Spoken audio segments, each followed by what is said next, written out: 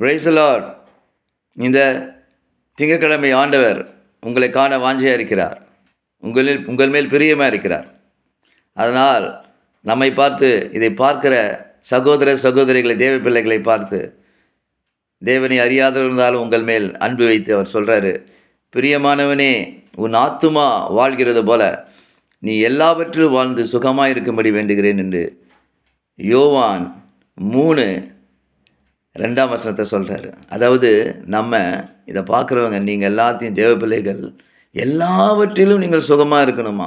1 2 இல்லை, 5 10 இல்லை, 16 நீங்கள் ஆசீர்வாதமாக இருங்க. 16 ஆசீர்வாதங்களை பெற்று நீங்கள் வாழ்ந்து இருக்கும்படி உங்கள் இருதயம் வாழ்ந்து இருக்கணுமா.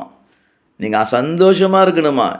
நீங்கள் ஆரோக்கியமாக இருக்கணும். அது மட்டும் இல்லை, நீங்கள் நல்ல ஒரு வேலையில் இருக்கணும். நல்ல வருமானம் உங்களுக்கு வரணும். அதை தொடர்ந்து வரணும். குடும்பத்தில் கணவன் மனைவிக்குள்ளே சந்தோஷம் இருக்கணும். இணைந்து இருக்கணும். சொந்த பந்தங்களோட நல்ல உறவு இருக்கணும். அக்கம் பக்கத்தில் நல்ல ஒரு சமாதானம் இருக்கணும். உடலில் ஆரோக்கியம் இருக்கணும்.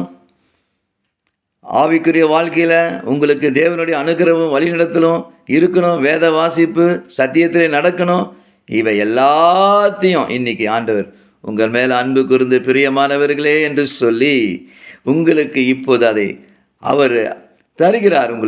உங்களுக்கு அவர் பிளஸ் பண்ணுறாரு. உங்களுக்கு அவர் அனுப்புகிறார் இந்த வார்த்தையின் மூலம். அதனால தான் இந்த வார்த்தையை அவர் மீண்டுமாக சொல்கிறேன். Beloved, I pray that all may go well with you and that you may be in good health as it goes well with your soul என்று ஜான் 3:2 சொல்கிறார். அதில் எல்லாவற்றிலும் for everything you will be blessed. எல்லாவற்றிலும் நீங்கள் சுகித்து இருக்கணும்னு சொல்லி ஆண்டவர் இன்னைக்கு விரும்புகிறார். இந்த வசனத்தின் மூலம் உங்களை இன்னைக்கு ஆண்டவர் போஷிக்கிறார். இந்த வசனத்தில் ஆண்டவர் அந்த சுகத்தை உங்களுக்கு தந்து அவர் உங்களை வாழ்ந்திருக்க செய்கிறார். பிரியமானவர்களே, ஆமேன், ஆமேன்.